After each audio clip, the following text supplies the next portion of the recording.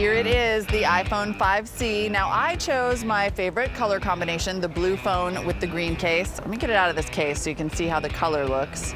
Now, despite that comment about it being unapologetically plastic, it does not feel as plasticky as something like the Galaxy Note or the Galaxy phones. It's clearly plastic, but it's not lightweight. It does have that kind of pleasant iPhone heft. So it makes it feel a little bit more premium, even though it's a lower priced phone and this is unquestionably plastic.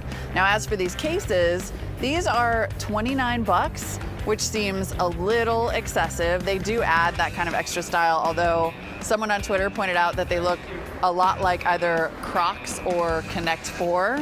And I'm not gonna lie, that kind of ruined it for me because look, it really looks like Crocs. The overall style is on trend. It's definitely hip to be all kind of 80s and neon, but it's not something you're gonna wanna carry for more than a year or two because it's gonna look dated. All right, let's check out iOS 7 and keep going about our day.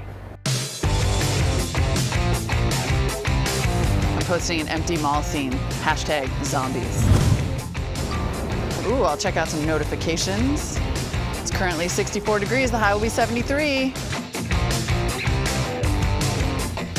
It's kind of cool.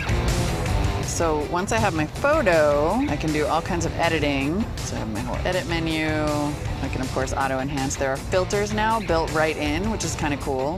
Very Instagram ready. The filters are pretty subtle.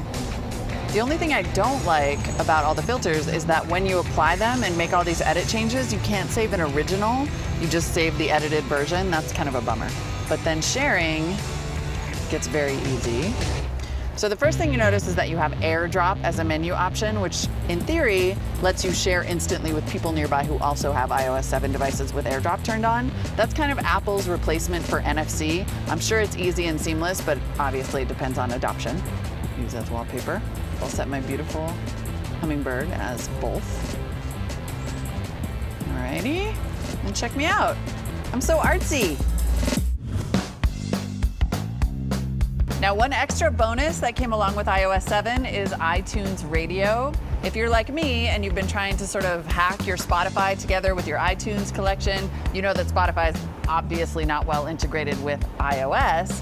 This gives you the ability to have streaming radio stations, and if you pay for iTunes Match, then you can stream all the songs you already own, which kind of increases the size of the streaming catalog. In playing with it for a little while, I'm kind of liking it. It's super easy to create new stations, to add them, and to integrate with music that's already on the phone. I'm not sure I'm ready to give up Spotify, but if you're an iPhone user, iTunes Radio is pretty sweet. Now, obviously, the most noticeable difference about this phone, other than the shockingly bright colors, is iOS 7, which is making all iPhones seem new. iOS 7 is one of those things that I think you're either going to love or hate. Right now, because I'm somewhat new to it, I'm kind of in the hate camp, mainly because I do not like the aesthetics at all. I don't like the fact that if you have folders filled with apps, they become 2-page folders. I don't like the fact that you cannot turn off the animations, which makes me insane. Now, there is a way to slow it down a tiny bit. If you go into the settings under General and Accessibility, there's an option called Reduce Motion. I don't notice a huge difference, but I notice that it does speed it up a tiny bit. That's as close as you can get to making it less cartoony. I definitely like the Control Center. I like how you can pull down from kind of the middle of the screen to get the search bar, but if you don't know that's what you have to do, you will find that you are constantly pulling down from the top to get your notifications.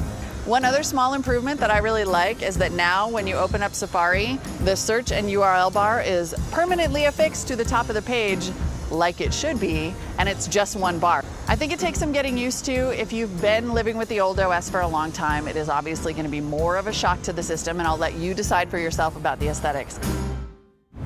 At the end of the day, the iPhone 5C is all about the looks. If you like the colors and you like iOS 7, this phone is $99 on contract. So for a certain kind of person, this kind of person, the 5C is definitely a buy.